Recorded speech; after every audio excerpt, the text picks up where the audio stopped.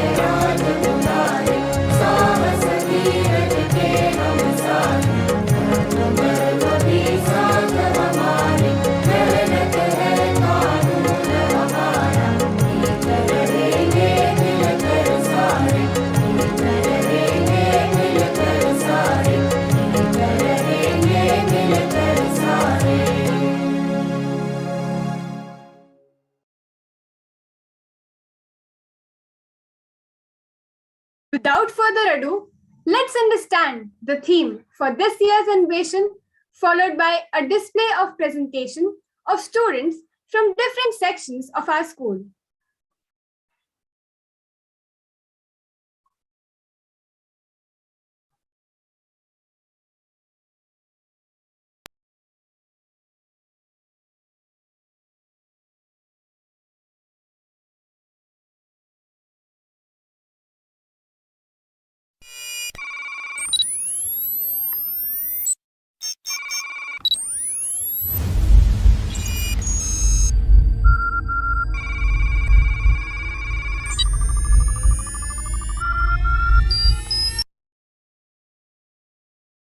Greetings everyone. I, Shravan Dongre, from IBDP Year 1, take great pride in welcoming our Director Education and Principal, Mrs. Revati Srinivasan, the Chief Guest, Dr. Radha Kumar, Vice Principals, Mrs. Gladys Cabral and Mrs. Kanchanmala Chabukswar, Section Heads, teachers, parents, and students to Anweshan 2021-22. We, here at Singhania School, have been carrying on the tradition of developing inquisitive minds. We have also proved our resilience as even the pandemic could not stop us. We all adapted smoothly to a virtual platform for everything, including Anweshan 2020. Today, it is my privilege to welcome you for Anweshan 2021-22. 28 January has been chosen for this year's Anweshan, as it coincides with the birth anniversary of Raja Ramanna, a Padma Bhushan awardee and an eminent physicist who played a key role in the development of nuclear weapons in India. The theme of the two-day event this year is the marvels of ancient India, as we attempt to showcase how the roots of science and technology lie in the ancient Indian civilization. In order to showcase the effort of all Solonians from the elementary section to the IB and IC section, the program will be streamed for over 2 days. Day 1 will have the videos of the IB section, followed by the ISC and the elementary section. And on day 2, we will watch the videos of the junior section and the senior section. It is my privilege to introduce our chief guest, Dr. Radha Kumar. She is the head of Department of Ancient Indian Culture and History at St. Xavier's. Not only that, she is a remarkable Bharatanatyam exponent and a sitarist of repute. We welcome you to the show, ma'am. So without further delay, let us watch the presentations of the IB section and the ISC section, which will be followed by the presentations of the young scientists of the elementary section. After both the presentations, it will be our privilege to listen to respected Revati ma'am and our chief guest, Dr. Radha Kumar. Thank you.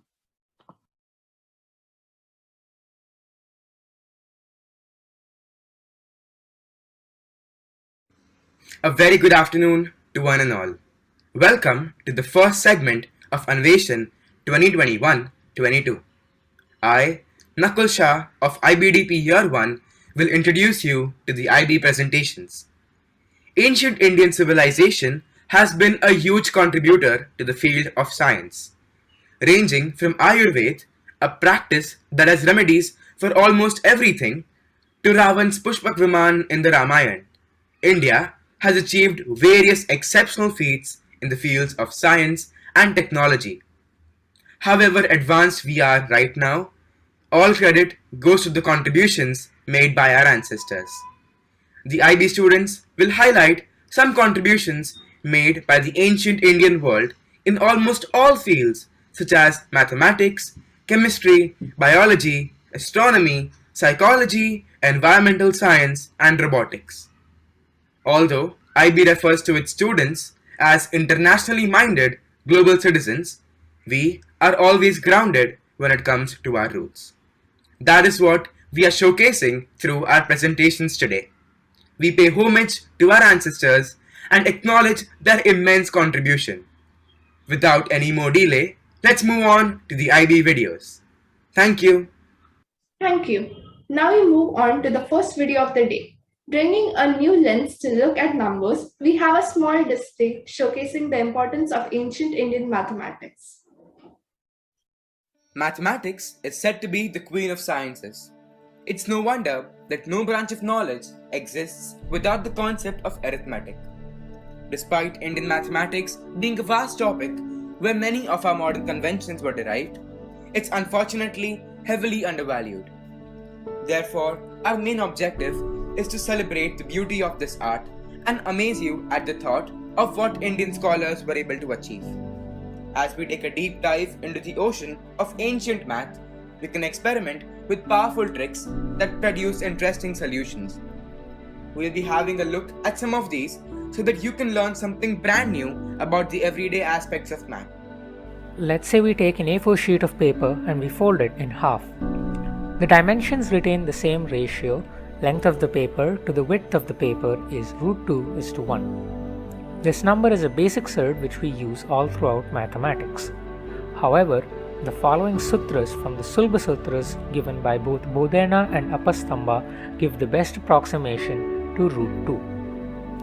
From this, we were able to find the sides of any rectilinear shape, specifically a square.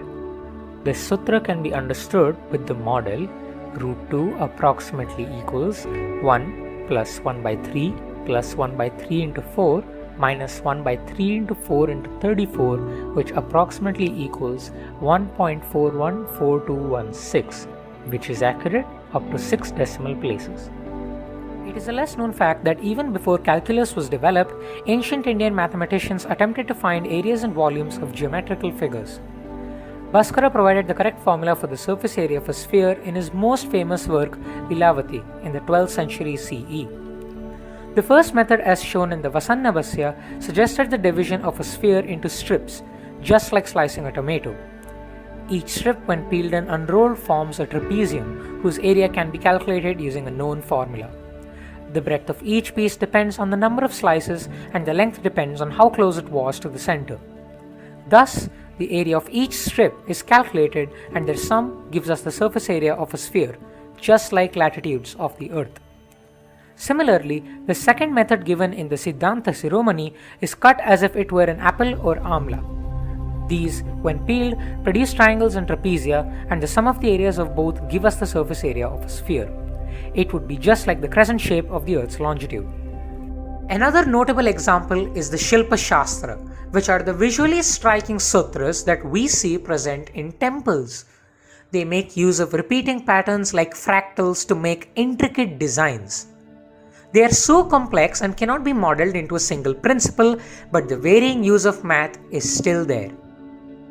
Ancient India, a land of sages, scholars, and scientists, was actively contributing new concepts centuries before modern labs were set up. With little to no instruments, our mathematicians were accurately able to figure out a bunch of things, which led to a lot of discoveries and inventions. It was these little hidden things that foreigners snatched from us and left us uncredited. But we must understand that its origins lie deep in the Indian subcontinent. Therefore, it's important to respect our rich ancient heritage. Before you go, here's a question for you to think about based on what we learned today.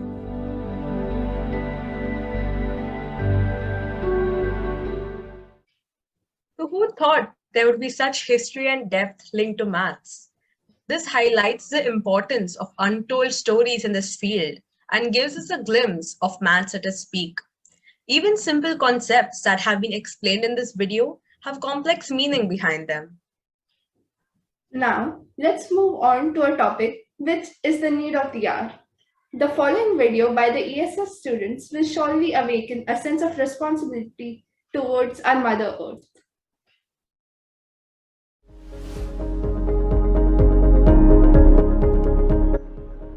Gia, why are you using so many plastic cups? I'm feeling very thirsty. I just got back from my PE class. Why don't you use your water bottle? Wasting so many cups is not sustainable for the environment. So, what do you mean by sustainability? Sustainability is being kind to the Mother Earth by not polluting it and taking care of the environment. But, sir, I've never seen anyone around me completely follow this though. Well, then this is a great opportunity for me to tell you about our ancestors and how they lived a very sustainable life in the Harappan civilization. I haven't even heard about the Harappan civilization. The Harappan civilization was built in 3000 BC and was regarded as one of the most advanced city of its time with remarkably sophisticated civil engineering and urban planning. And how did they live sustainably? That's very interesting actually. Let me start out by telling how they lived. The houses built during the Harappan civilization were made out of mud bricks and wood. The houses were also designed in such a way that they had a lot of doors and windows that would allow a lot of sunlight to enter and also the wind, so that the house would be lit and ventilated for maximum duration of the day. Wow, sir, that seems really interesting. Could you tell me more about it? Yes, so Gia, whenever your clothes don't fit you, you throw them away, right? And that's what everyone does. But that is not what the people from the Harappan civilization did. They actually made their clothes out of light fabrics, usually made out of cotton, and once they were worn out, they would use it as kitchen mops or weave them into beautiful doormats. That is so cool. Why don't we use this now too? Not only that, even the combs and toothbrushes they used were made using sustainable materials. The combs and toothbrushes we use now are made out of plastic and take a lot of time to decompose in the environment, where the ones they used were made out of neem, which is why they were biodegradable and more sustainable. I'm going to go home and ask my mom to get me neem-based products. Remember the plastic cups you were using this morning? Yes, of course I do. Well, the people of Harappa made their utensils with natural, sustainable materials that could go back to the environment without causing any harm, like clay, bronze, and copper. They also used terracotta that would keep their water cool and grains fresh for several hours. These are a few examples on how our ancestors lived more sustainably than we do now, and have set an example for us to follow by. So Gia, what did you learn in totality about sustainability? When looked closely, sustainability is seen in everything our forefathers practiced, from clothes to utensils, from food to lifestyle. Their choices prove that they lived a sustainable and zero-waste lifestyle. Now that the consequences of our lifestyle choices are bare open in front of our eyes, it is the need of the hour to rekindle on the choices we made. What better way to do this than to learn from our past? Absolutely. I'm glad you understood.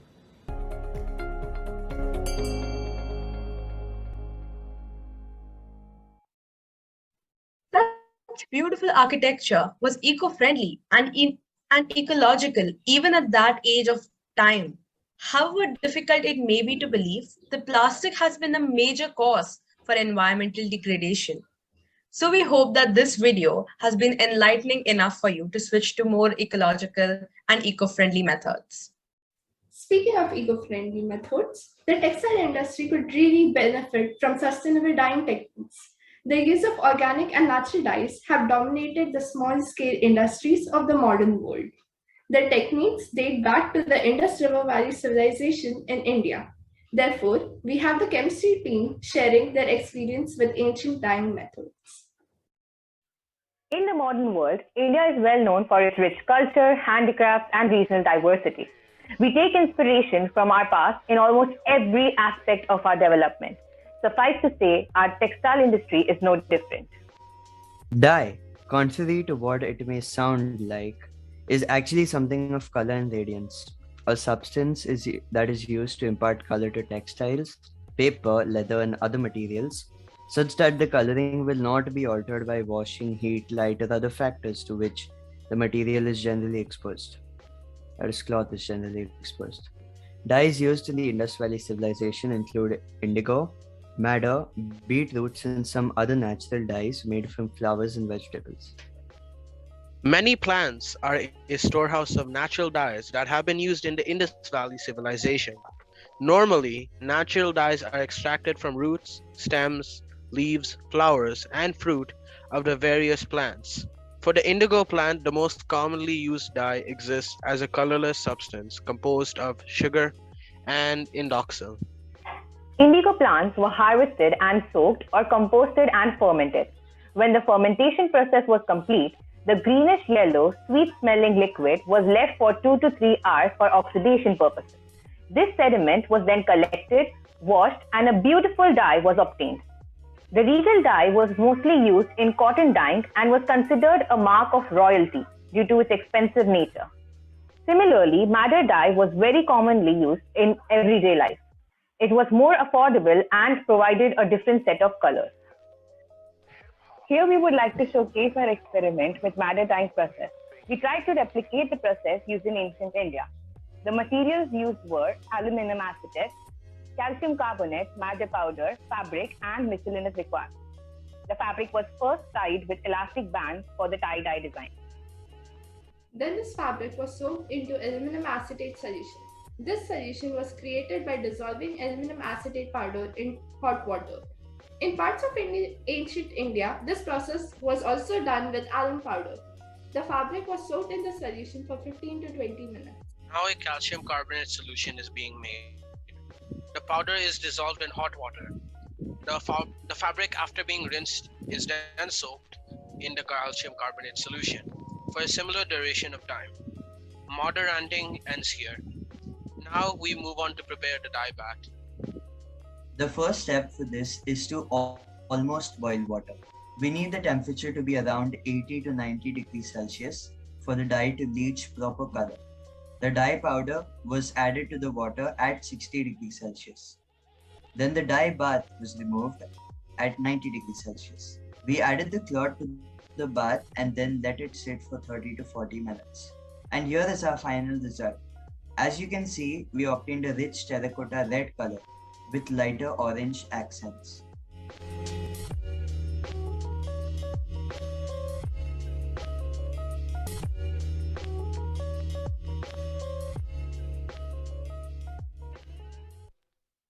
This method of getting sustainable and rich pigmented colors from the Indus Valley civilization has evolved through history and is being manufactured in bulk today. Such beautiful and vibrant pigments can only be derived from nature. So let's treat it with a little bit of kindness. Indeed. Nature is a storehouse of resources with the power to transform this entire world. Ancient Indian sciences, specifically science of medicine, immensely explores this concept in the form of Ayurveda. Let us look at an informative animation showing the day-to-day applications of Ayurveda. Ayurveda is one of the world's oldest holistic healing systems. It was developed more than 3000 years ago in India. Our immune system protects us from diseases by detecting a wide variety of agents, from viruses to other harmful microorganisms. But unfortunately, given our erratic lifestyle, improper eating habits, and irregular routine, we end up compromising on our immunity that makes our body more susceptible to dangerous diseases. The Ayurvedic approach is that the body is kept in balance and the immune system at peak efficiency so that the infections and various inflammations seldom manifest. If there is a lapse in balance, then rebalance and specific herbal treatments may be necessary to bring the body back to health. To stay healthy, the 5 basic elements of the universe, air, water, fire, earth, and ether, need to remain balanced and in harmony within the body. Most illnesses arise because of the imbalance of any one or two of the three dosh, Vata, Pitta and Kapha, which leads to malfunction of the internal organs. Although Ayurveda acknowledges that germs spread infective diseases, the treatment is based on the system of three dosh. Vata dosh controls your mind, breathing, blood flow, heart function, and ability to get rid of the waste through your intestines. Pitta dosh controls your digestion, metabolism, and certain hormones that are linked to your appetite. Everyone inherits a unique mix of the three dosh, but one is usually stronger than the others. Each one controls a different body function. It's believed that your chances of getting sick and the health issues you develop are linked to the balance of your dosh. There are certain spices and herbs which are highly promoted by Ayurvedic maestros. Moving on. Some of the common herbs are turmeric, aloe vera, cumin, amla, cardamom, coriander, etc. Aloe vera, sandalwood, turmeric, and shatavari are antiseptic, which means that they protect against infections. Cinnamon, yarrow, jasmine, and sandalwood are astringents. Astringents are found in natural products and help in healing tissues. Now, let's look at a homemade medicine that helps us as an immunity booster developed from the roots of Ayurveda. To begin with, take water in a deep saucepan and boil it. In the meantime, crush ginger, cloves, black pepper, and cinnamon in a mortar and pestle. Once the water is boiled, add all the crushed ingredients along with the basil leaves to the saucepan. Cook in medium heat for about 20 minutes or till the decoction is reduced to half. Strain it in a glass and add honey. Your homemade kadha is ready. Thank you. We hope you enjoyed and loved this session as much as we love Ayurveda. Such simple ingredients from nature can help control complex body processes and keep us healthy. Now you have so many reasons to eat healthy homemade foods with these delicious ingredients. Are you still going to shy away from it? Absolutely not. In fact, such ancient methods might just be the key to innovation for our current generation.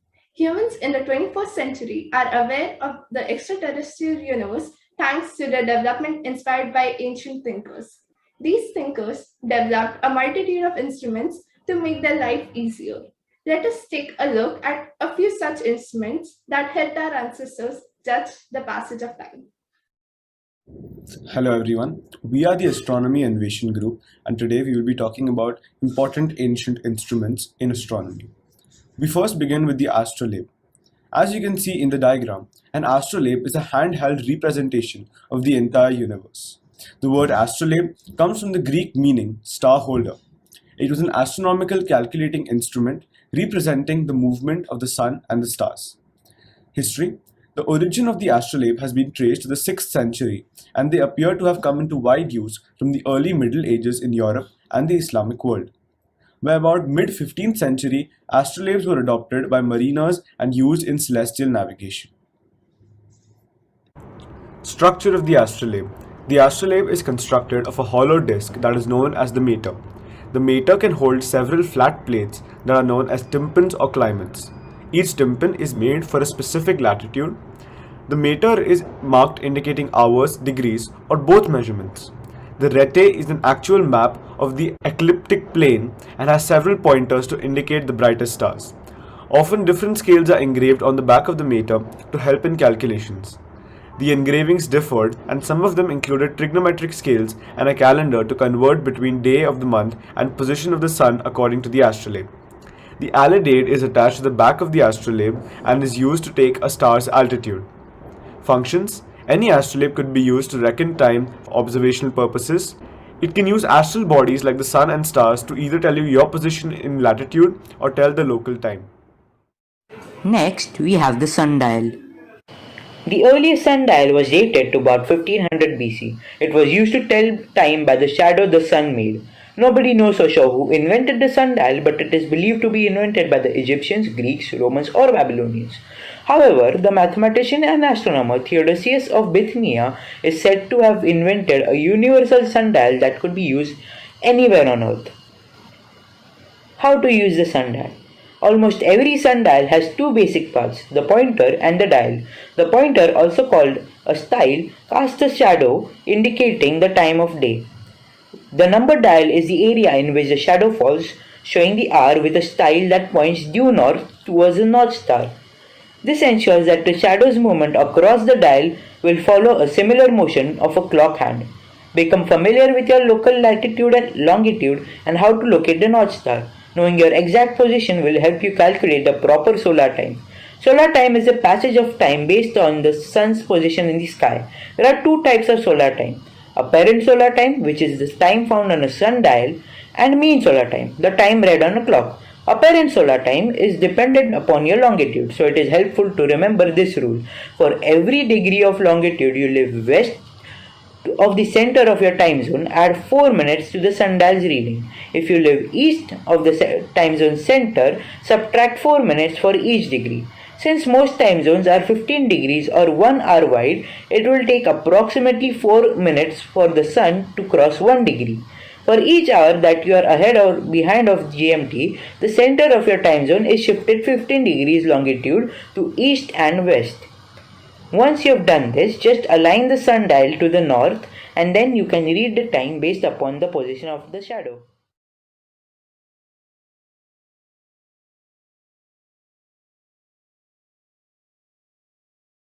Isn't holding the entire universe in your palms quite exciting? Well, now you can use the astrolabe to do that and find your current location too. Now, did you think that a heavenly body as large as the sun could tell you the exact time?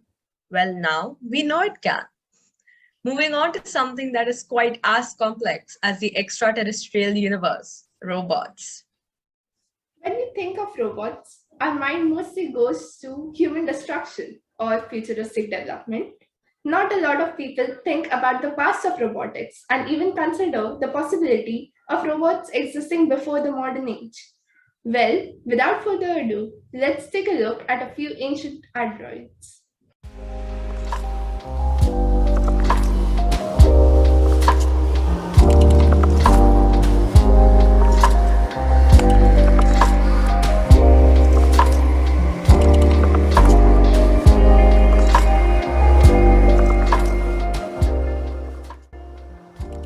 When you think of individuals with a brilliant mind whose thinking is way ahead of the time, you think of him, or her, or him. But have you ever thought of him?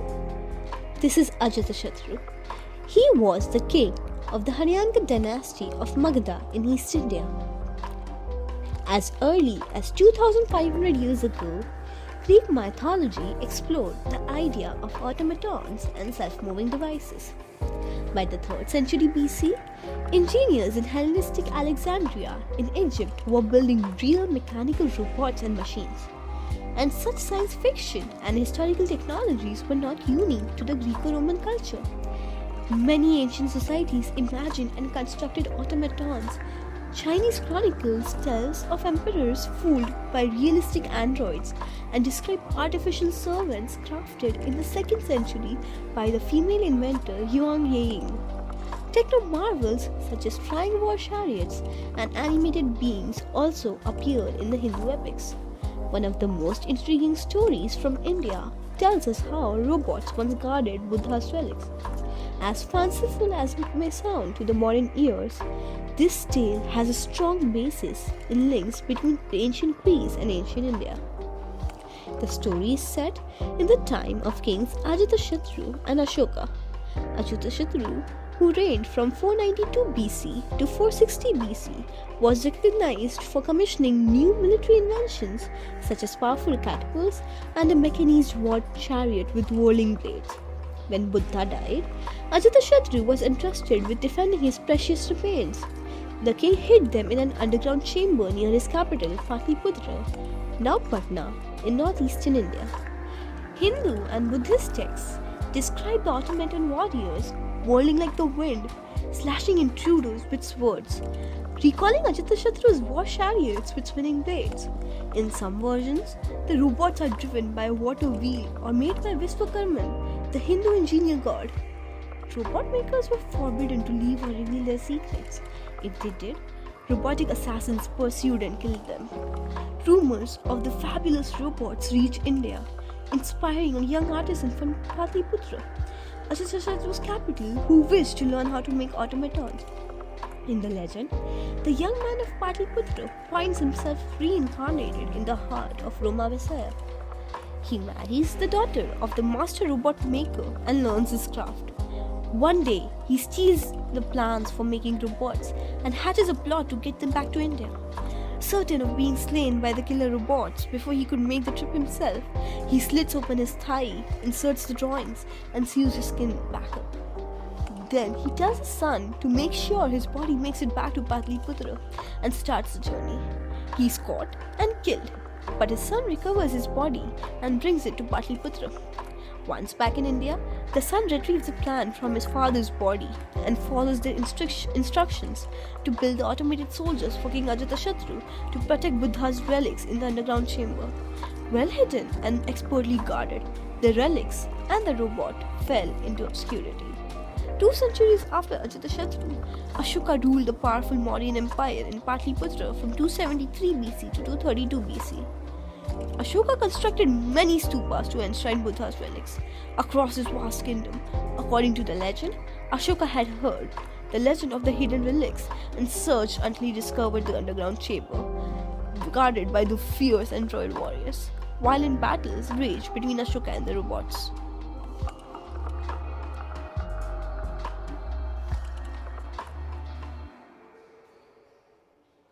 Well, that was quite a reset for our minds. Who would have thought that robots were existent from such an ancient time? Don't worry, we have not been overtaken by robots yet. In relation to our minds being taken over, let's look at what the psychology department has in store for us. Psychology, the study of mind and behavior, is a subject known to all but understood by a few. The relevance of the subject in our daily life today is very crucial. Such insight into the working of our mind was brought about by great thinkers of our past. Therefore, the IPDP psychology students are here to share the wisdom of our ancestors. Hermann Ebbinghaus, a German psychologist, once said, "Psychology is a subject with a long past, but only a short history. It officially began with experimentation to the study of the mind and then evolved further to becoming a full-fledged science of human behavior and cognitive process, a science of thoughts, emotions, and actions. The wise soil of our nation, India, has been a land of saints and mystics, of philosophers and scientists who have propagated their ideas regarding this science of psychology. Here are snippets from our ancestors' immortal literary works, wise verses on the core themes of thought, emotion, and action. Firstly, thought from ज्ञानेश्वरांचे Pasaydan. जय खळांची व्यंकटी सांडो, तया सत्कर्मी रती वाढो, भूता परस्परे पडो, मैत्र जीवांचे. This legendary verse, thrown across nearly every Marathi household, was written by Sant Jnaneshwar at the mere age of 16 in his writings titled Poseidon, that form the last 9 verses of the Jnaneshwari. It says that, may the wickedness of the evil thinking people be gone, and may they transform into righteous human beings. May they be blessed with the intellect to perform pious and good deeds instead. May all living beings find themselves bonded by friendly ties of soul companionship. The verse explicitly suggests the reader about the thoughts, which in turn affect one's actions, and these minor changes with great potential in everyone's actions potentially build strong communities. Next, emotion from मनाचे श्लोक by Sant Ramdas. नको रे मना क्रोध हा खेदकारी, नको रे मना काम नाना विकारी, नको रे मना लोभ हा अंगीकारू, नको रे मना मत्सरू दंभभारू. Another highly revered literary work across India is Manache Shlok by Sant Ramdas. The verse means, O my mind, let us not have rage, which only results in sorrow, regret, or remorse. Let us not indulge in various types of lust, which will only lead to unwanted, negative, and worse changes. Let us not adopt excessive desires or greed. Let us not be jealous of the success of others, and let us not carry the unnecessary burden of pretension. Such burdens only weigh heavy on our minds and divert our focus from our purpose in life. Indeed, providing an invaluable teaching on management of negative emotions and developing emotional intelligence that present day psychology considers of immense value. Lastly, what better to learn about action than the Bhagavad Gita? Uddharedatmanatmanam, natmanam vasadaya, atmaiva yatmana, bandhuratmaiva vipuratmanah. And lastly, the immortal Bhagavad Gita by Sri Krishna was, is, and will be the epitome of wisdom to drive one for a wise choice of action. The verse urges its believer to elevate oneself through the power of one's own mind and not degrade yourself, for the mind can be the friend and also the enemy of the self. This verse is a true exhibit of the foundation on which the tenets and principles of present-day psychology are built on and seem to be functioning. The cognitive processes and emotions make up the mind and drive, dictate, and determine our actions. Thus, the mind, therefore, needs to be handled with care, caution, and consciousness. Thus, being one of the oldest civilizations, Indian culture has always been the one propagating Manav Dharma, the culture of the human race. It is a matter of great pride to say that the greatest contributions that our culture makes to the modern science of psychology is by the very existence of such commentaries that weave together the mind-body sensation perception paradigm and the thought emotion action triad together so wisely, thus safeguarding the idea of personhood intently. Thank you all for listening patiently.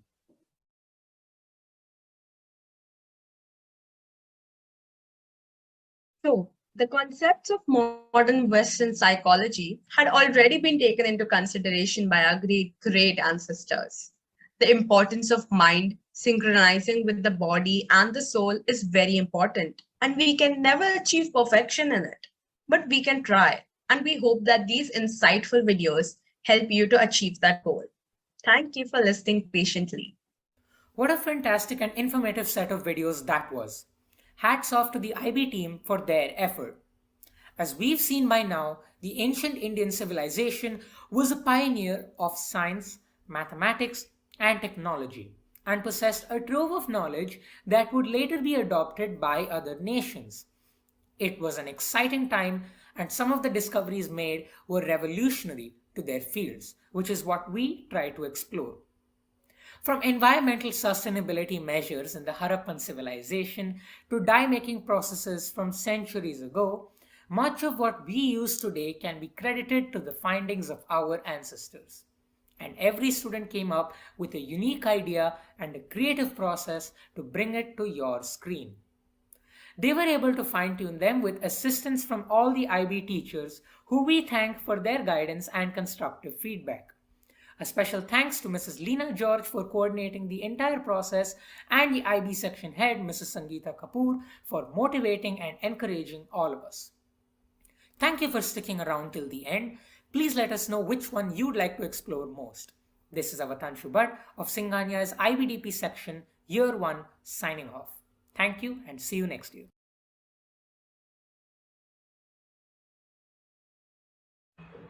Inquisitiveness and logical thinking form the crux of scientific inquiry. Even the most natural and commonplace things have a complex yet beautiful reasoning governing them.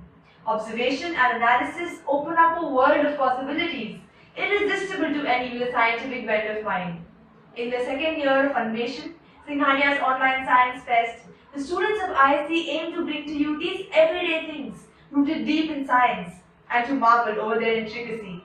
Today, we will showcase the wonders of circuitry, which extends across the various branches of science, be it a study of the brain's functions or a peek inside a computer's workings. We hope you will take away something new today and rekindle your curiosity for science. Just the other day, my brother and I went grocery shopping. There, I realized something interesting. For every article on our shopping list, my brother knew exactly where to go, although he'd only been there once before. In no time at all, we had everything we needed. Now, this very ordinary experience really got me thinking. To allow us to find our way, does our brain form a cognitive map of our surroundings?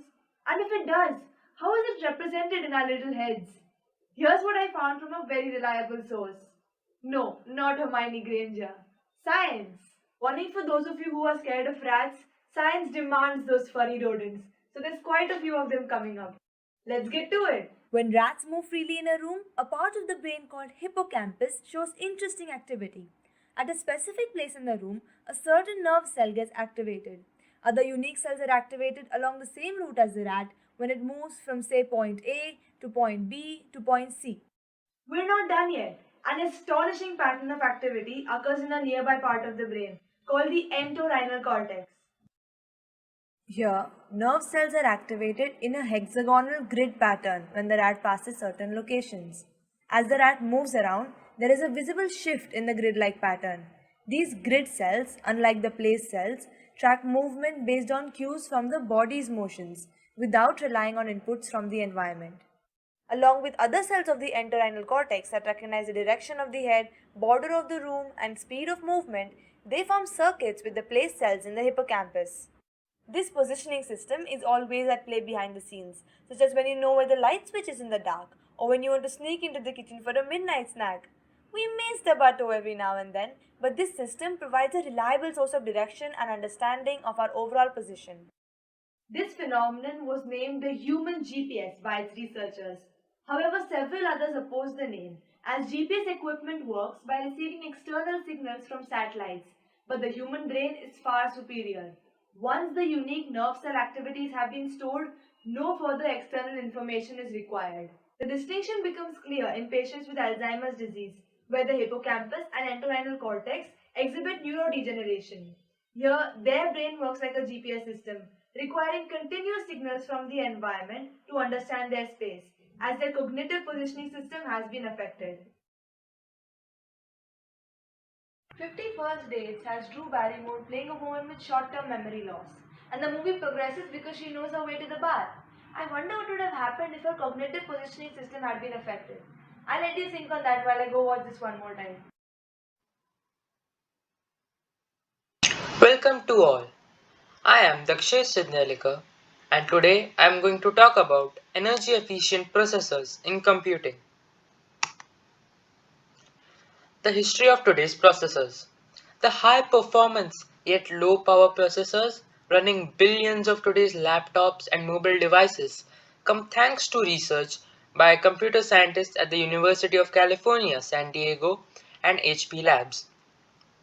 Their work, which began nearly 2 decades ago, has influenced the design of many modern processors such as ARM's Big Dot Little, Qualcomm's Snapdragon, Intel's Alder Lake, and Apple's flagship Apple M1, including M1 Pro and M1 Max. Recognition. The paper, Single ISA Heterogeneous Multi-Core Architectures, the Potential for Processor Power Reduction, published in 2003, has since been cited more than 1,000 times and spawned several impactful academic and industrial projects on heterogeneous systems. Now, the paper that led to a novel processor architecture that would bring significant benefits to energy consumption has been recognized for its lasting impact with the Micro Test of Time Award. This simple but powerful idea now drives a large number of computer systems. The changes brought by it. At the time the paper was being published, processors were increasing in performance and speed, resulting in challenges with power consumption and heat dissipation in designing future high-performance systems. Multicores, which means more than one processor core on a single chip, were just starting to enter the market. However, all commercial designs, and in fact all roadmaps from the processor vendors, assumed all cores were identical. The team challenged that assumption and pointed out that if cores were different, they could better address the variation in program behavior and changes in environment. They proposed a new architecture for processors that would switch among cores to optimize energy and performance. Their multi-core model would allow software to evaluate the resource requirements of an application and choose the core that would best meet the requirements while minimizing energy consumption. Contrary to the homogeneous multicores, which were state of art then, the paper showed that putting cores with different power performance characteristics on the same die with intelligent application mapping produces large improvements in energy efficiency. Now, what are multicores? A multicore processor is a computer processor on a single integrated circuit with two or more separate processing units called cores, each of which reads and executes program instructions. How are multicores energy efficient? You would think that having multiple cores should result in higher power consumption. However, the integration of multiple cores allows efficient allocation of resources in a multitasking environment. While a single core can rapidly hit 100% of its workload, multiple cores typically have efficiency components that divide the tasks between the processors in the most power efficient ways. Thank you. Science is a major part of our life. Science and science-based technologies have transformed modern life. They have led to major improvements in living standards, public welfare, health and security. They have changed the way we view the universe and how we think about ourselves in relation to the world around us. Anweshan is a wonderful opportunity for us to discover interesting topics outside our school curriculum. It has allowed us to explore new ideas and concepts that were unknown to us until recently, and for that we are extremely grateful. We hope that these projects also mark the beginning of your forays into the world of thinking and innovation.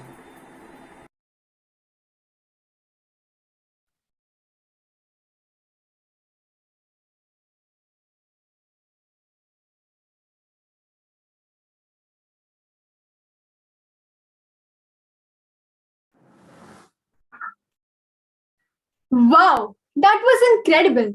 Such an amazing treasure trove of information. The elementary section isn't one to be left behind. Let's go right ahead and watch the next set of wonderful presentations by the little ones of the elementary section.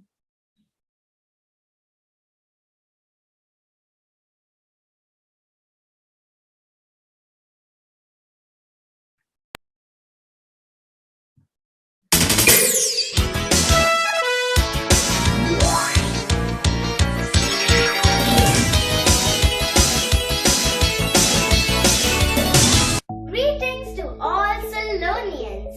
I, Irene Pal, welcome Director Education and Principal Mrs. Revati Srinivasan, Vice Principals Mrs. Gladys Cabral and Mrs. Kanchanmala Chabukswar, Head of Elementary Section Mrs. Dipti Joshi, all section heads, coordinators, teachers, parents and all my fellow students.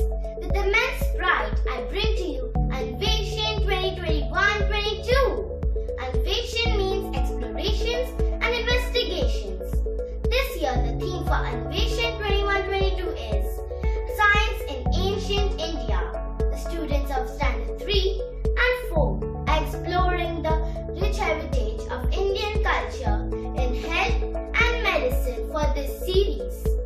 Let me invite Medhansh Kasera and Vedika Nair of Standard 3 and Navni Vichare and Tanay Rabaria of Standard 4 to take us around through this journey of Anweshan.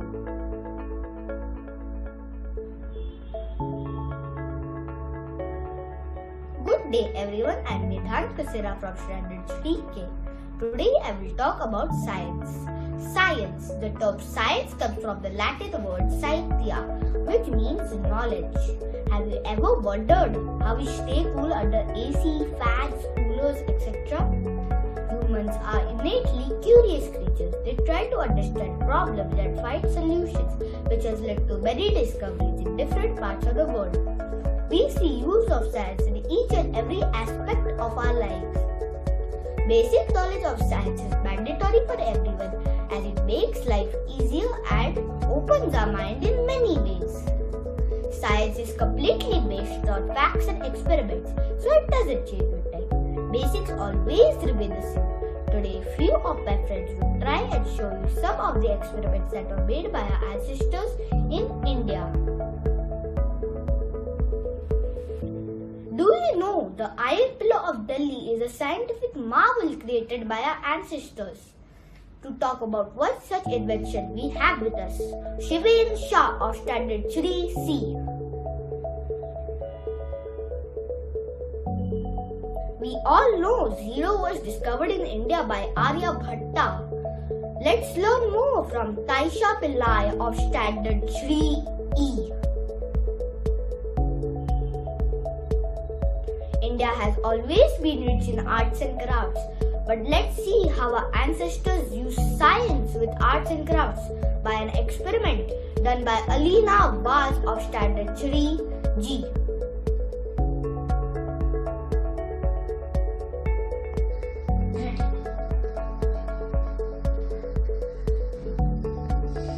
Once I asked my grandmother what's today's date, she answered, Dasmi Krishna Paksha Shravas Vikram Sort 2077. She was referring to the Hindu calendar from ancient India. In this calendar, a day is measured from one sunrise to next. It is called as Tithi. Calculation of a month is based on lunar cycle, that is time taken by the moon to complete one orbit around the earth.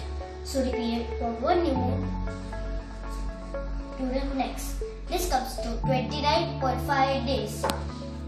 Months are divided into two parts. Krishna Paksha, where the size of the moon appears to be decreasing till it goes from Pratipada to Amavas. Shukla Paksha, where the size of the moon appears to be increasing till it goes from Pratipada to Purnima. Lunar year is measured from the beginning of a ritu or season until its return. It has 12 months starting from Chaitra up to Falgun. Every third lunar year has 13 months. In ancient India, when kings started a new dynasty, they declared new calendars with new zero date. So across India, many calendars were created over centuries. Most popular calendar today is Vikram Samvat. It was declared by King Vikram Aditya of Ujjain 557 BC as a zero date. So what's today's date? Ashtami Shukla Paksha Bhadrapad Maas Vikram Samvat 2078. Thank you.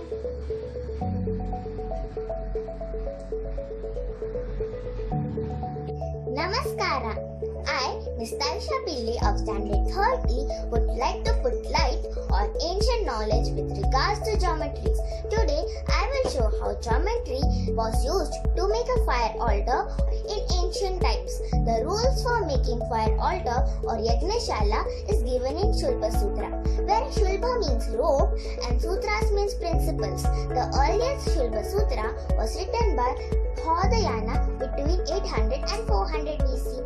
The basic Vedic unit of the measurement was called angula. The length of 34 sesame seeds placed in a line is considered as 1 angula. Now let's see how a square fire altar was constructed having sides aligned with 4 directions. First, erect a long stick on the ground, tie one end of a long string on the stick and other end to a nail and draw a circle around the stick. The longest shadow will fall on early morning and evening. The two spots crossed over the circular path gives the east-west line. Next step is to construct a square of say 10 angulas. First take the east-west line of 10 angulas. Measuring 10 angulas with a rope and EW has a diameter, draw a circle around it. Now, where the E has a center, draw a circle around it. Make now 2 points on the circle in a straight line with the center point and draw a circle around the first point. Repeat the process with W has a center and the opposite point. Joining the 4 meeting points A, B, C and D gives you the perfect square. This square forms the marking for the construction of the square-shaped fire altar or the Yajna Kunda. This is how geometry was back then. Very basic yet exact.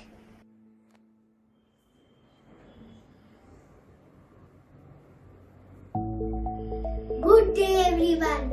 My name is Alana Vaz from grade 3. I would like to present you the science and history behind the Bhimbetka cave paintings. Here is a replica of one of the enduring Bhimbetka cave paintings. History behind the Bhimbetka cave paintings. It is believed to be one of the oldest cave paintings, believed to be around 12,000 years old. It is situated in Madhya Pradesh. The paintings depict humans as hunters and food gatherers. Science behind the Bhimbetka cave paintings. Cave paintings came into existence as human beings needed to communicate. Paints were made by grinding various rocks and minerals like hematite, charcoal, and limestone. Paintbrushes were made out of twigs. Charcoal. Charcoal produces an intense shade of black, which is difficult to erase. Iron oxide. Iron oxide has heat stability and resistance to chemicals, which help the painting to stay longer. It is possible to over-disperse iron oxide at the time of painting. Iron oxide has excellent application properties. Limestone. Limestone, with its ability to withstand sharp blows, allows the artist to create elegant curves and crisp lines. Do visit the mesmerizing and ancient Bhimbetka caves. Bye!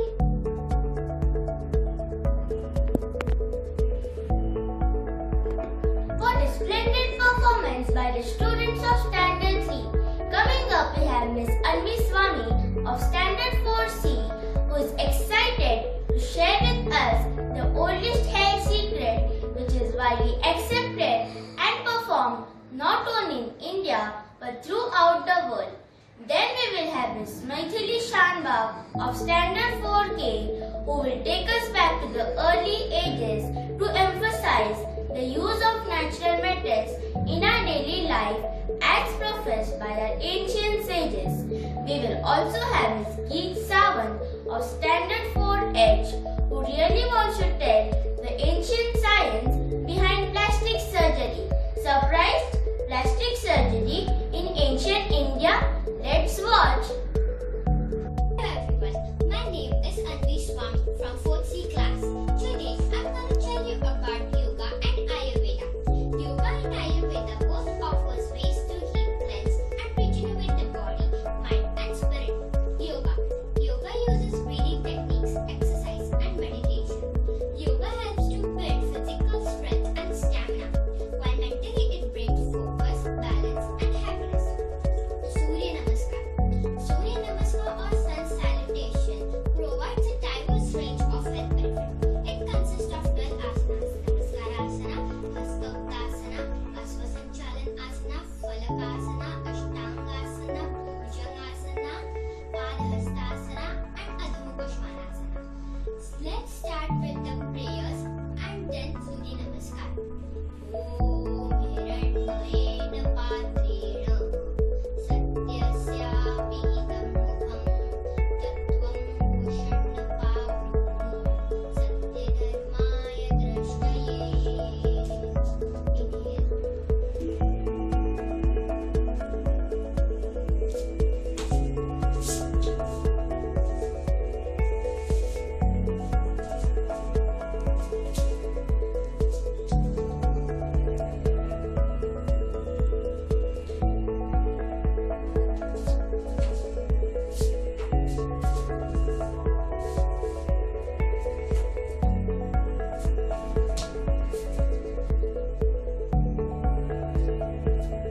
Yoga is a blessing for a healthy life. Stay positive, stay healthy. Thanks, bye for now.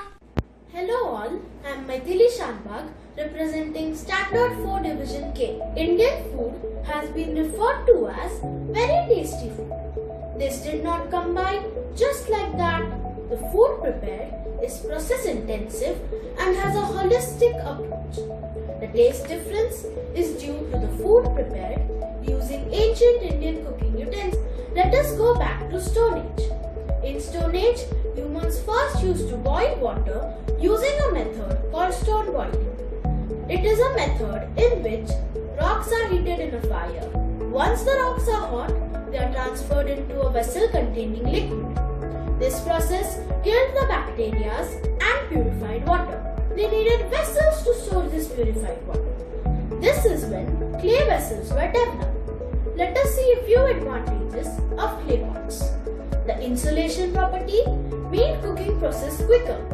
They also had many nutrients like calcium, magnesium, phosphorus, iron, etc. The evolution of cookware entered a new age, metalware, which included copper, cast iron, silver, bronze, etc. Now let us see a few utensils made up of these metals to prove our rich heritage.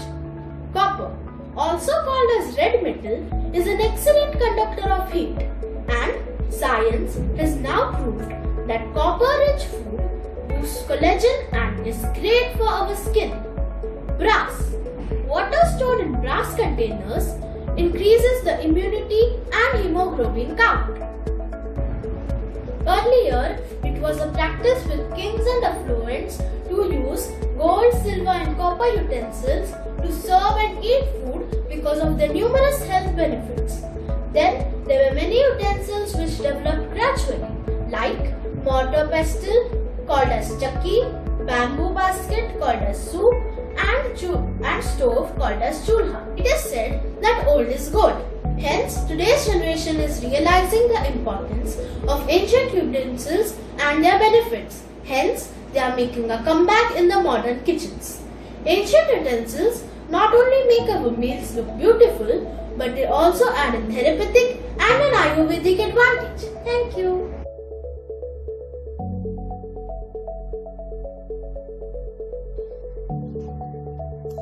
Hello everyone, myself Geet Sawan from 4th Standard Education. Today I am going to explain how plastic surgery originated in Indian Ayurveda and also tell you more about the father of the plastic surgery. At the end, I will be presenting a demo of the same. In ancient India, nasal injuries were quite common. The nose, being an important part of the body, was also considered as the symbol of pride and dignity. So naturally, the nose was a common target in battles and fights. Likewise, the requirement to find a solution for nasal destruction came forward. During the 6th century BCE, an Indian physician known Sushruta as the father of the Indian surgery invented rhinoplasty technique. In his book, the Sushruta Samhita provides the first written record of a forehead flap rhinoplasty, a technique still used today. In simple words, plastic surgery means transplanting pieces of skin from one part of the body to another. Now I will explain how this surgery takes place. The portion of the nose to be covered should be first measured with a lead. Then a piece of skin the required size should be cut from the living skin of the cheek. And then turn back to cover the nose. The physician then should stitch the two parts together. To keep the skin properly, 2 tubes of aranda were inserted in the place of nostrils so that the new nose gets a proper shape. The skin thus properly adjusted, it should be then sprinkled with a powder of liquorice, red sandalwood, haldi water, and barberry plant powder. Finally, it should be covered with a cotton.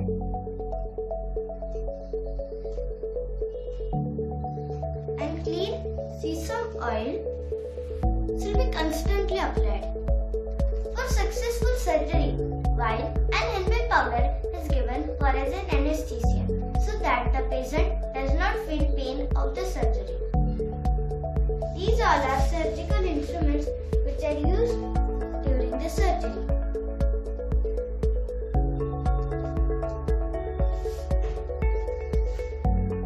Because of the Sushrutas numerous contributions research and art of surgery, he is regarded as the father of Indian surgery and also the father of Indian plastic surgery. Thank you.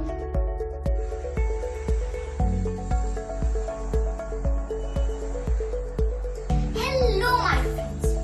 Almost all the prime aspects of human knowledge like mathematics, astronomy, physics, chemistry, and its practical procedures were covered in great detail by science and technology prevalent in ancient India. Now, let's welcome my batchmate Advait Pradhan of 3H, who will show us the experiment on science behind shipbuilding and navigation in ancient India, followed by my friend Dhyumna Pavaskar of 3I, who will show us the experiment on astronomy of ancient India. Also, my colleague Havisha Mundhara of 3J will enlighten us on the experiment of science behind food of ancient India. So friends, let's continue this wonderful journey together and learn about the ancient knowledge. Thank you.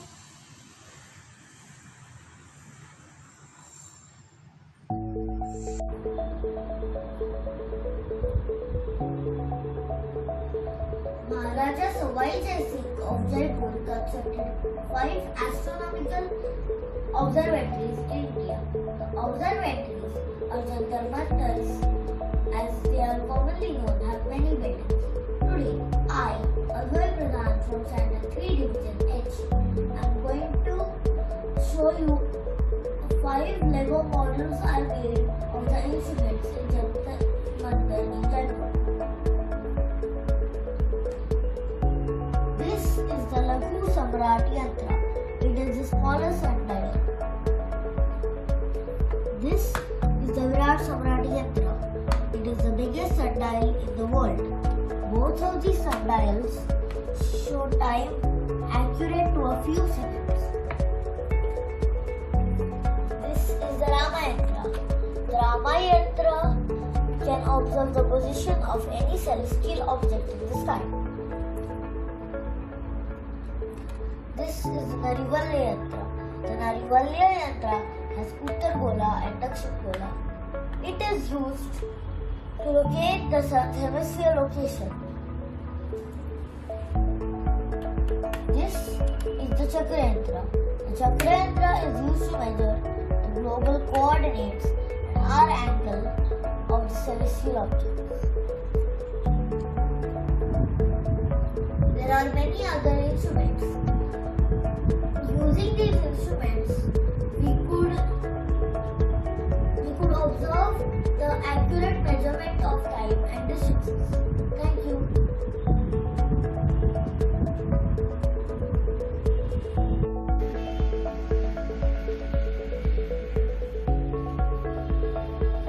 Respected teacher and my dear friends, today I, Dhyumna of class 3, stand before you to share my findings on astronomy in ancient India. Our ancestors have been fascinated with the skies since a long time and make practical observations to calculate times for religious or auspicious occasions.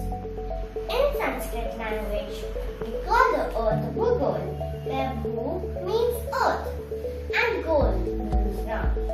They also call the earth Jagat, meaning that which moves. This further proves that our astronomers had established a solid ground for understanding the celestial bodies in our solar system and beyond. This also proves that they knew our solar system is heliocentric, meaning the planets revolve around the sun. Looking at the Navgraha Mandal in temples, we can see the Surya or the sun is in middle of the other Graha islands. So this was conceptualized a long time back and can also be seen ancient texts of Rig Veda. India is probably the only country where science and spirituality go hand in hand. Our country has been a tragic road to astronomical knowledge, and it's time we revive the work of our ancestors. Thank you, and hope you enjoy.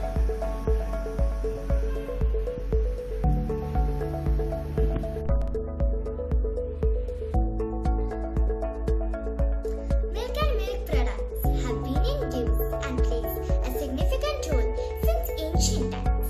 Today, I am going to talk about the holy drink Panchamrit. Panchamrit is an essential requirement of every puja from ancient times in India.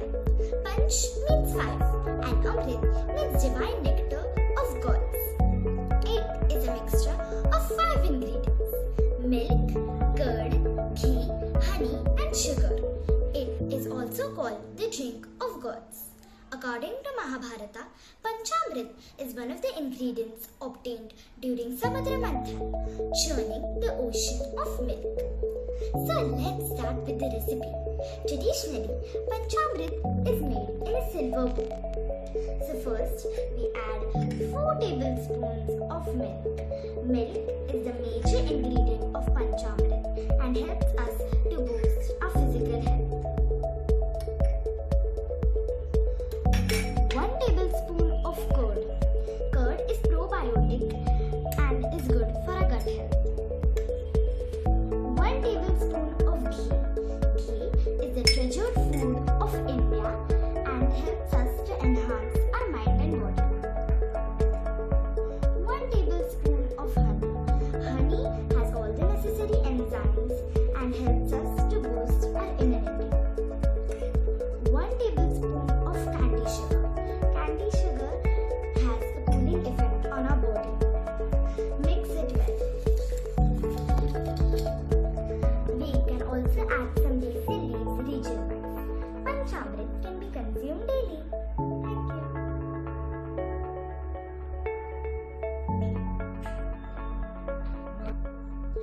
Indeed, a marvelous work done by the students of Standard 3. The next set of presenters are Master Om Daflapurkar from Standard 4B, ready to share his research regarding spices. Then Master Atharv Patil from Standard 4J, who will divulge a unique secret of ancient times to keep our skin healthy.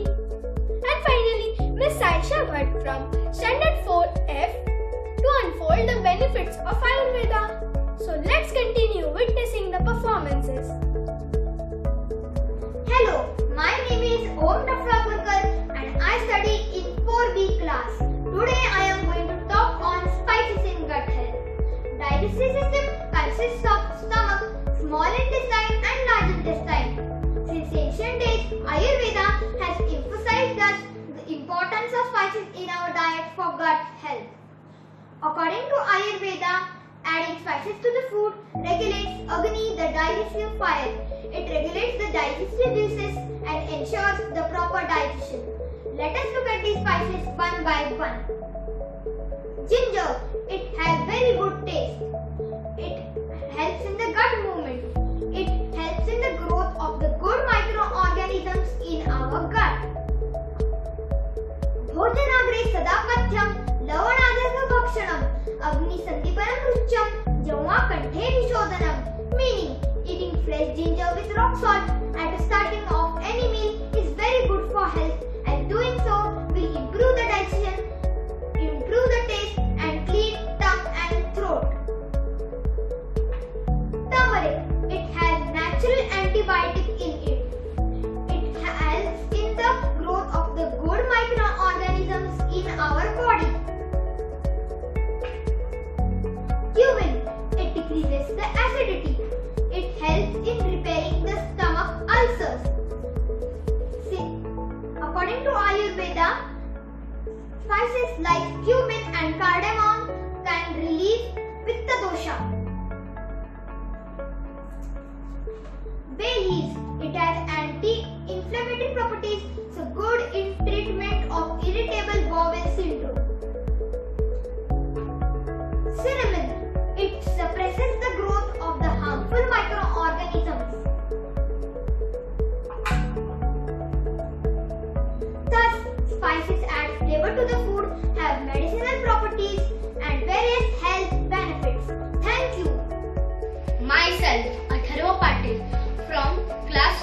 Jay. My project name is Vata Abhyanga oil. In Ayurvedic tradition, therapeutic massage oil is said to balance the three body dosh, Vata, Pitta and Kapha. Ayurveda recommends massage oils according to your dominant dosh. Here is a chart of different oils for different types of skin. One of the most important Ayurvedic practice, Abhyanga, deals with sleep issues, anxiety and Vata imbalance. Vata needs more heating and heavy oils, so ghee or sesame oil are a good option. I am going to represent here a method which will use Vata Abhyanga oil. The ingredients we will need are 1 cup of warm ghee, mixed herbs that are tulsi leaves, cloves, ginger, turmeric and orange peels. The steps are: take 1 cup of warm ghee, put all the herbs into it.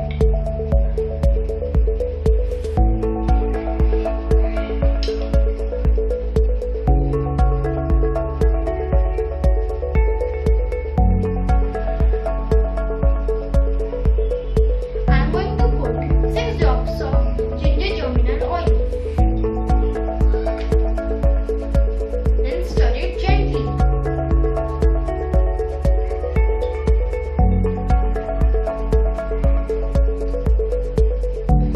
Then close it with the airtight lid. Let it steep for 1 day. After 1 day, you can remove the herbs by filtering and your Vata Abhyanga oil is ready. Massage this oil all over your body for 20 minutes for a gentle bath. Because of its antioxidant and anti-inflammatory properties, ghee is considered as a very important ingredient in Ayurveda. So instead of using costly products, you can use ingredients that are easily available at home. Thank you.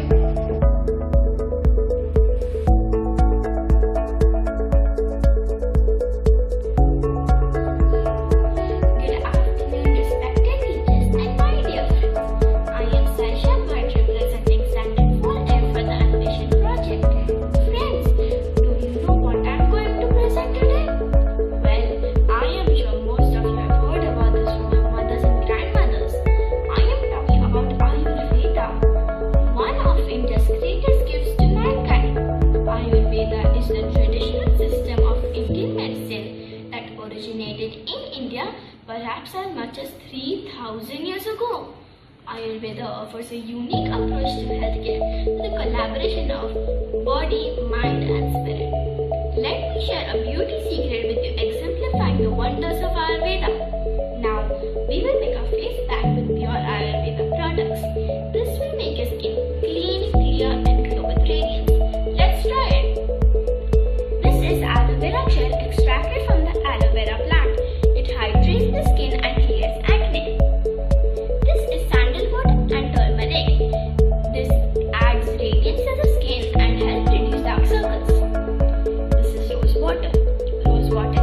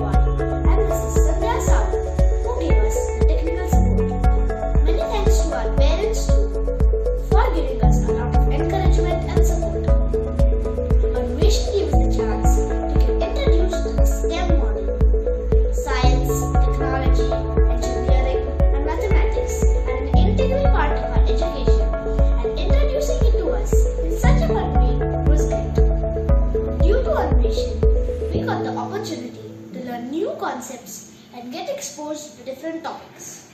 It was wonderful to see some really interesting presentations done by our friends. Not only did we learn about new concepts, but through our own presentations, we learned how to do research, how to bring all the information together, and how to present it. We look forward to participating in Anweshan every year, and by doing so, broadening our horizons. Thank you.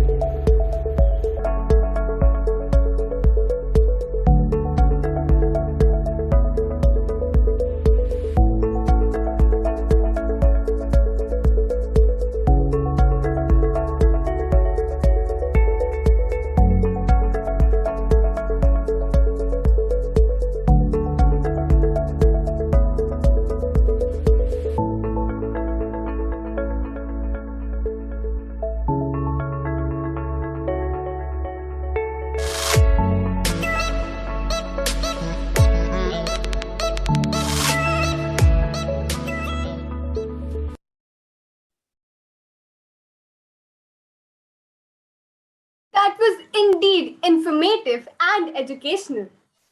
I now call upon our Director Education and Principal, Mrs. Revati Srinivasan, to share a few thoughts on the program and introduce our esteemed chief guest, Dr. Radha Kumar.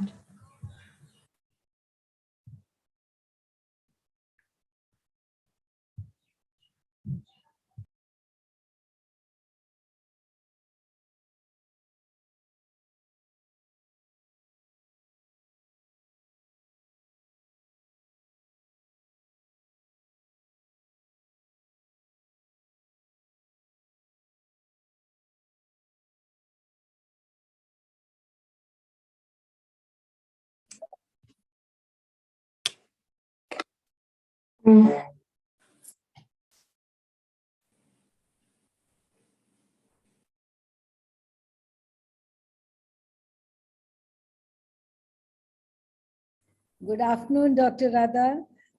It's such. Hello, ma'am. Hello, Revati madam. So happy to see you.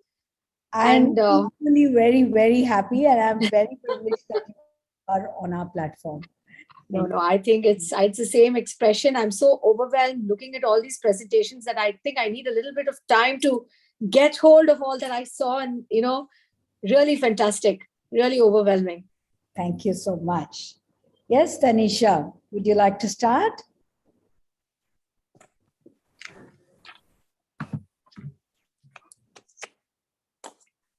Yes, madam. Now I request our Director Education and Principal, Mrs. Revati Srinivasan, to introduce our esteemed chief guest, Dr. Radha Kumar.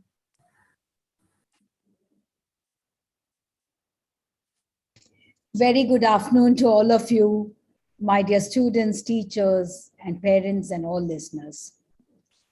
I'm indeed privileged that each year, despite the lockdown, despite the challenges, our children have been able to put up the Anweshan, a showcase of their thinking abilities, critical thinking capacities, put them into projects and be able to present in very large numbers in the digital space that we are in. And I really would like to congratulate all the teachers who have been there with these students, supporting them throughout.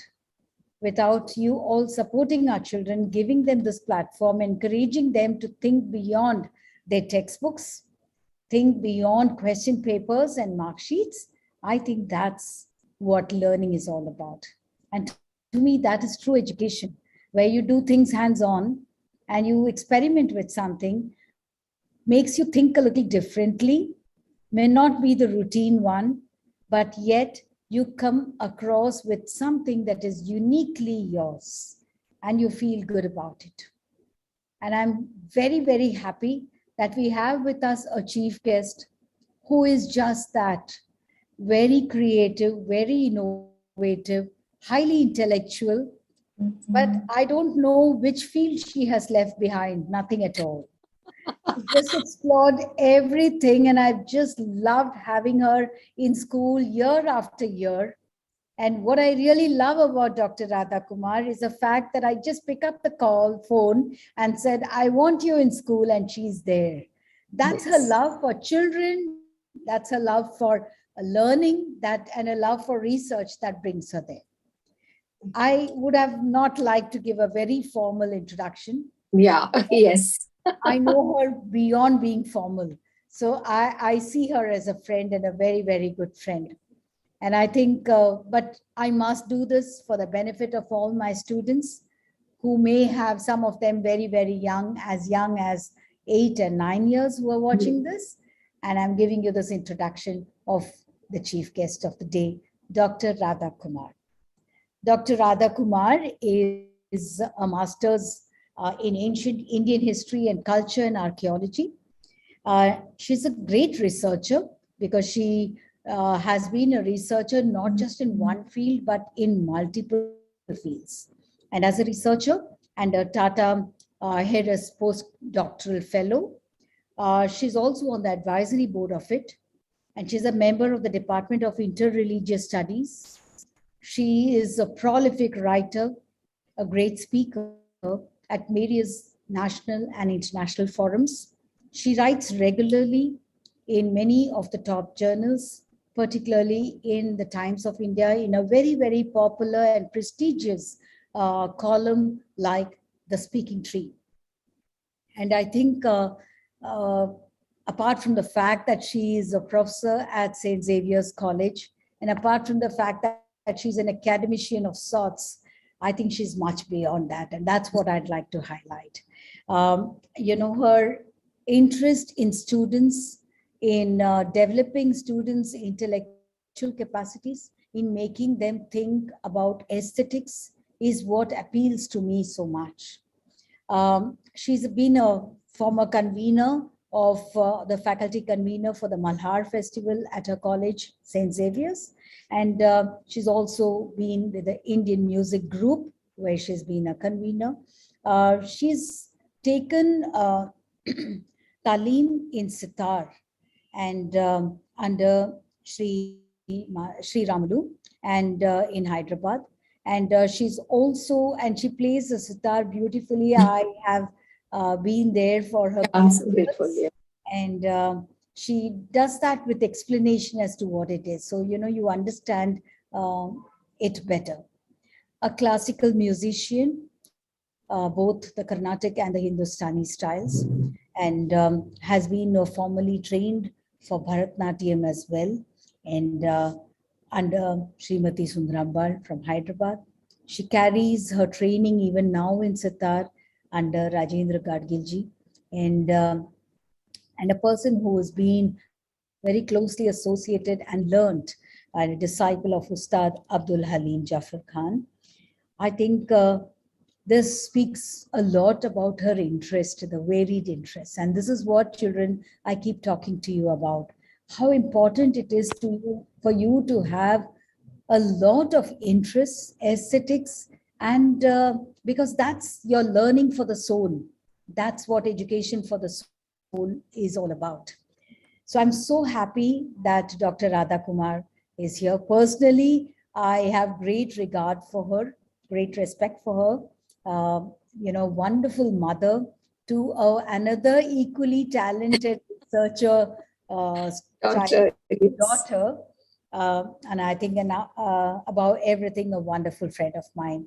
Thank you so much. Thank you so much, Radha, for being here with us. And thank you for grazing, seeing all the projects. And now I would request you to address. Thank you so much, madam. It's been such an honor. And I think the last sentence that you just said, where you talked about Maitri or friendship, I think that sermons all. And the love to seek, the love to go beyond is a factor that I so respect in what you bring to the table and the Singania. So anytime, ma'am, you call me, I feel it's my good karma that I'm associated with your school, with the fantastic faculty, and more than anything else, the beautiful, brilliant students. As I did say, when Madam Kanchana spoke to me, I thought it's going to be a set of presentations, and I was really looking forward to it because when you're looking at science and the concept of science in ancient India, it's a topic that's not really being has not really been studied at depth at the academic school college level. So in that context, and I teach a paper, Science and Technology of Ancient India, in our TY courses. And when I have students even asking me, but ma'am, was there something like science in our country? Because India is always known to be for the spirituality and, for all of that. So how do you really look at science?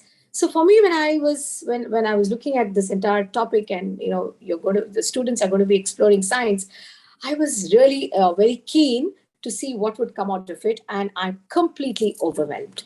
I looked at the presentations of the children, including the little ones, the standard 3, the grade 3, and you have actually inculcated, you have actually planted the seeds for this vriksha of knowledge to actually grow and actually to sprout. So this is actually an ankur, you have actually set the ankur, and now it's the spandana, and now it's the trigger that's really going to take over. And another point that I thought, ma'am, is when we are looking at ancient India, again, it's a topic that's not really touched by a lot of in the academic spaces and in schools especially. You have brought in what I have always been dreaming, the concept of synergy. Can we have dialogues? Because when we are looking at our sources, when we're looking at ancient Indian sources, whether it's the archaeological sources or we're looking at the literary sources, one thing that always comes across is to explore. And when we're looking at explore, it came with two concepts, which is Aditi and Abhaya. Aditi is limitlessness, and Abhaya is to be completely fearless. And again, your presentations and this particular trek really talks about it. So I'm so happy and honored to be a part of this, and hearty congratulations to the teachers, to Madam Kanchana and the entire team, and also to the parents, because what I could see is most of the experiments, etc., was done at home. So obviously the entire setup and all of that was thoroughly professional. And that child who actually worked on the Lego and talked about about the various yantras was exceedingly fascinating. And just to mention this one student. So having said that, since I am from this particular space and I've been in this space for more than 2 decades, um, there is a whole space that can be explored. And just to take this conversation ahead, because this is a very academic process that has happened, I would like to say there are 3 ways that we can look at ancient Indian sciences. One is the sources, the second is the learning, and then the third is what exactly would be the integrated approach. Now, when we're looking at sources, sources are classified into 2 divisions. One is the archaeological sources and the literary sources. In the series of presentations that we just saw, we saw our students looking at Ayurveda. They were looking at Rasi, which is mathematics. They were looking at Vanaspati Shastra. They were looking at Rasayana, which is alchemy. And they were also looking at the entire concept of Vastu Shastra, which is architecture. So what we really, and of course, Vriksha Ayurveda, which is botany. So when we're looking at these points that came across by what the students have actually put across, what I really wanted to tell the audience, parents, teachers, and all of us who are actually deliberating in this space is all of this has very strong archaeological as well as literary evidences. Now, what we really need to do is bring about those conversations. And when we're talking about the conversations, one observation is when we are speaking about, say, astronomy, is there a way that we can actually go back to the textual evidences and take some references from that? Now, for example, there was one presentation that spoke about health. And I think there was this entire concept that came about with yoga, which is so very right. So when we're looking at yoga, and I think this child also did the Surya Namaskar. So when can we go back to Patanjali's Yoga Sutras and talk about the Ashtanga Yoga? So again, in a course like psychology that is being taught, or in a course like chemistry that is being taught, can there be this kind of conversations, keeping the literary as well as archaeological sources ahead? Now, what my observation has been, looking at all the the projects that is there, you have begun the process. You have begun the process of planting those seeds. And now what is important is how to take this conversation much ahead and how to take this beyond this particular platform. So in that context, when we are looking at the literary sources, Literary sources, there are these texts like Sushruta Samhita, there are these texts like Charaka Samhita. And in these textual sources, we have to understand that, of course, it talks about Ayurveda. But Ayurveda today has been said as, okay, this is a herb. But Ayurveda was actually a way of life.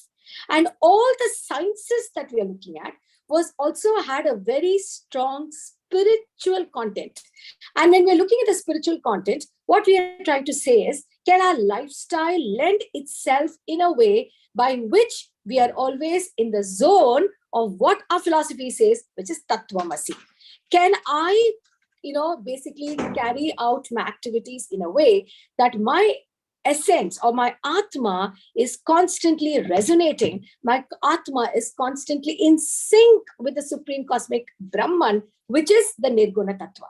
So the point that I'd like to make through all the presentations that we just saw, ancient Indian sciences, of course, it was, there were experiments that were being performed. For example, if you're looking at Rasayana Shastra, there are total descriptions of various kind of yantras that are there. Alchemy, Rasayana, the entire use of mercury as well as sulfur, all that was there. But the larger source or the larger content that we really need to look at is, what was the end of it? What is it that it was trying to achieve? It was trying to achieve this particular platform where the individual connects with the entire ecosystem. The individual is not a sole trekker. The individual is part and parcel of the entire ethos. Now, this point also came up in one of the presentations when environment was spoken about, when we are looking at the concept of, I think there was this thing of associating with Prakriti. So when we're looking at Prakriti, again, going back to the Vedic sources, we have the various energies, the Devas. The Devas are the natural, sources, where we're looking at Vayu, we are looking at Agni, Indra, and all these deities. We translate them as deities. So translations itself is a very big problem, because translations so many times limits. It is actually a Deva. What is a Deva? Devas are energy centers. And associated with this is a concept which we call as Richa as well as Rina. Rita and Rina. Rita is a cosmic cycle. Everything in this universe goes with a particular rhythm. Now, this rhythm gets associated with what we see in our music and dance, right? So even in our music and dance, you can't be Vetal. If it is a Rupak Tal, it has to be ti, ti, na, di, na, ti, na, di, na, di, na. It has to be in that rhythm. That rhythm is again reflected in this entire cosmos. It is reflected in our entire Brahmand.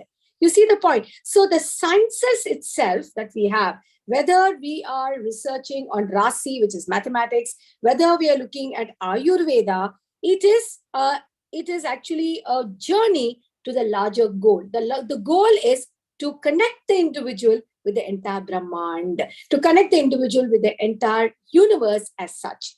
Now that takes me to the next point, which is basically what would be the learnings. The learnings would be sustainability.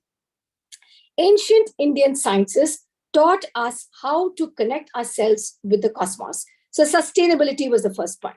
The second is sensitivity. We have to be sensitive, and all of us are seeing the consequence of not respecting nature. This concept of what we are really going through right now has largely come because of lack of sensitivity, where we are not connecting ourselves with the entire cosmos. So sensitivity. But at the same time, and look at this, this is again very fascinating. Indian culture and Indian ethos has always told us to adapt and adopt. And what else? Better example that we can get but this, right? Young children in their homes are creating these beautiful experiments. The next is integrated approach, that we are a speck in the vast ocean of promise. Now, this brings me to a very important point that we study in the Upanishads, which is the Kosha theory, which talks about the body is the Annamaya Kosha.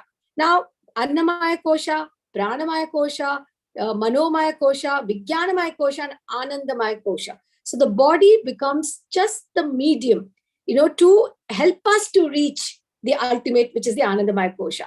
Now, there was some presentations even related to psychology, which is so beautiful. So do we call this science? Do we call this psychology? You see the beautiful blending of all the disciplines, because in ancient India, there was no compartmentalization. It was a holistic study, which was based on Shravana, Manana and Nidhyasana.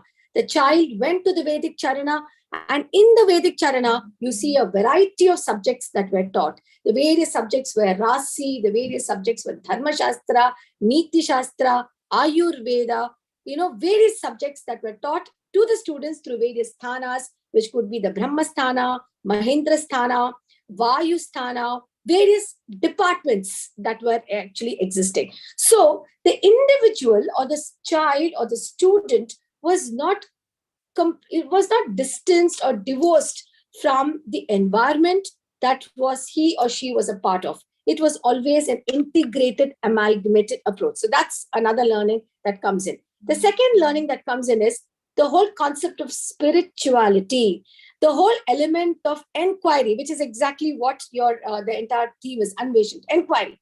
Ask the question why. Why is it I am doing this? If I'm eating, what is it that I'm eating? There was again some projects, experiments that were done there. If I am eating this kind of food, why is it important? If I am having this kind of a lifestyle, why is it important? Now that gets linked with the concept of Purushartha. What is the Purushartha? Dharma, Artha, Kama, Moksha. And that gets again connected to the society and the entire social ethos, which is the Varnashma Dharma, which is your Brahmacharya, Grahastha, Vanaprastha, as well as Sannyasa. Now you see, my dear friends and faculty, my fellow colleagues and teachers and students, where can you differentiate? Today, I think what is really happening, and I think, madam, with this entire process that you have started, you're trying to break these barriers where you're saying, okay, this is science, this is commerce, and this is arts. You're trying to break these barriers by saying, and again, I think as teachers, all of us who are in the education field, and also doubling as parents, that there is a hierarchy of subjects. If you're super intelligent, then you get into those courses. And if you have no hope at all, then you would be in the arts. And if you have completely no hope, then you would be majoring in subjects like ours, ancient Indian history, culture. By this experiment that you have done, this project that you have done, madam, and the teachers, you are taking a beautiful step in this vast ocean of promise by saying there has to be amalgamation, there has to be a sambhoga, there has to be a synergy. And again, this is a very large topic, ma'am. In fact, I would really want maybe to conduct an entire session on concept of ancient Indian sciences and discuss about this, but going with the experiments and the various topics that was given. And the last point is, how do we basically bring the individual? The individual was not, he was not just limited to himself or herself. It was never the aham. Ahamkara is I, me, myself. The individual had to connect himself or herself to the society at large. That is why we say the concept of dharma. Dharayate iti dharma. That which sustains is what is dharma. And dharma is just not one dharma. Dharma was the ashrama dharma. It was the kula dharma. It was the jati dharma. It was the varnashma dharma. That is, you are responsible for every little thing that you do. And not only that, most important, you also have to face the consequences. And that is how the concept of karma comes in. Now, science that we are looking at. Now, this is where the whole discourse is. This is where the whole problem is. Epistemological approaches, that is one bit of the story. Now, for example, Nyaya, there is the Pratyaksha, Anumana, Upamana, Shabda, where they talked about the whole concept of Brahman. We can't prove that empirically. So just because we cannot prove it empirically, do we say that none of this existed? Now, that is not right. Because if you go and look at the temple architecture, now, for example, you're looking at the Brihadishwara temple, to give you an example, or any of the beautiful constructions that existed, even if you look at one temple structure, what are the inferences you can get? You can get inferences on mathematics. You can get inferences on engineering, what we understand today as civil engineering. You can get inferences on geology because they have checked their land before they constructed. You're getting influences on society, on taxation, on polity. This is just, I'm scratching the surface. And not to mention the sculptures that go along with it. Every sculpture that is there has a tala, has a pramana, and that is where Vastu Shastra comes into being. In fact, there is this beautiful text written by Varamira Brahat Samhita, which not only talks about the entire concept of temple structures, but it also talks about astronomy as to how the entire space is connected with the temple architecture, which is based on the Vastu Purusha Mandala. So these are little things which actually speaks a lot. But yes, as a teacher, as a researcher, Can I take you and show you like the pyramids? No, I cannot. I cannot show it to you in the sense that it has been constructed, but that does not mean that it did not exist. The fact that we are having this conversation today in the year 2022, despite all the odds, shows how strong our roots are. And that will definitely continue. To conclude this little bit, because we can completely, I mean, we can go on this. The last point that I wanted to specify with Madam's permission is action. What is the kind of action that we can take? The action there is the integrated approach, which has actually started right now. And here, one area that, ma'am, with your permission, that maybe that can be taken up is, can we start looking at our entire bandar that we have of the rishis? In fact, I would call them rishis, the think tank of ancient India.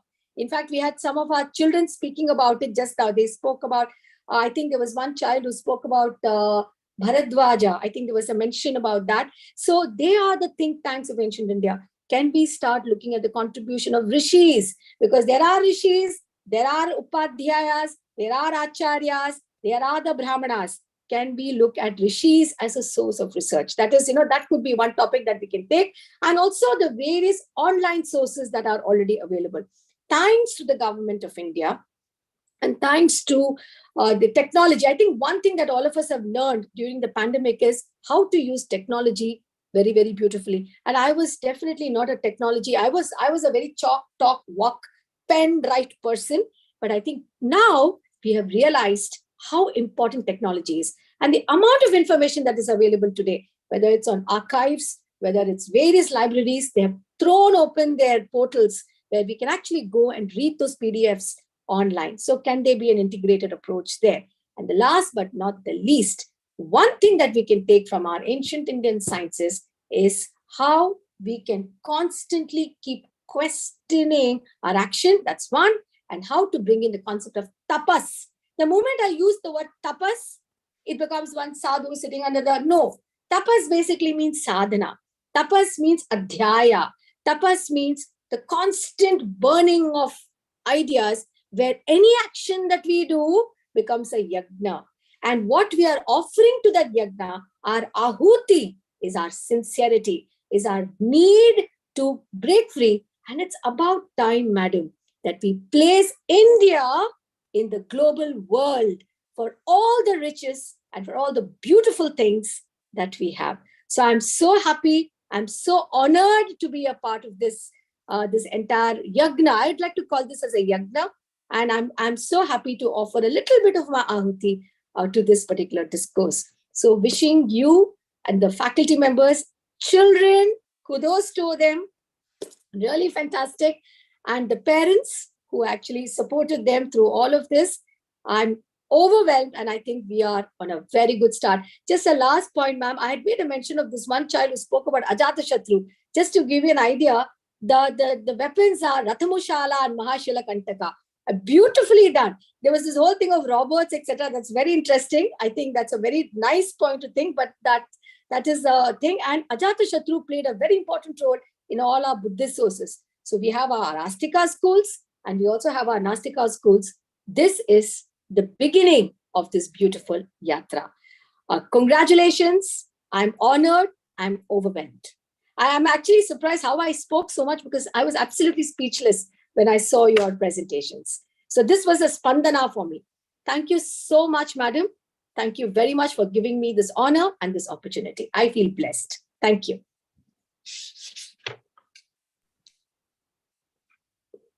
That was truly enlightening, Dr. Radhakumar. You have helped us connect a lot of dots with our ancient wisdom. We look forward to a complete session on the same in future. Yes, I'll be honored. It is my privilege to propose the vote of thanks and acknowledge the contribution of those who have worked really hard to make Anweshan 2021-22 a grand success. Sukhati naha kuto vidya, nasti vidyati naha sukham. There is no knowledge for the seekers of comfort and no comfort for the seekers of knowledge. Congratulations to all of our budding scientists for a job well done. There were so many interesting and innovative presentations inventions, and research projects. Anweshan has truly unveiled the creative innovations and scientific temper of my fellow students. Deepest gratitude to our chief guest for setting aside time from her busy schedule to grace this event. My salutations to our Honorable Director Education and Principal, Mrs. Revati Srinivasan, who has always been a forerunner on the path of innovation. Heartfelt gratitude for your untiring efforts to take our school to newer and higher altitudes of success. Thank you, Madam. Sincere gratitude to our Vice Principals, Mrs. Kanchan Mala Chabukswar and Mrs. Gladys Cabral, for their ability to infuse us with the enthusiasm and zeal to pursue our scientific spirit even in the pandemic times and with limited resources. Sincere thanks to all heads and teachers for their endless support and encouragement. Thank you for bringing out the scientific attitude in us. Warm gratitude to our technical support team for making this online event possible. I would also like to thank all students for their phenomenal demonstrations. Thank you all for your efforts. Thank you for watching, but the show does not end today. See you tomorrow at 10 a.m. for day 2 of Anweshan.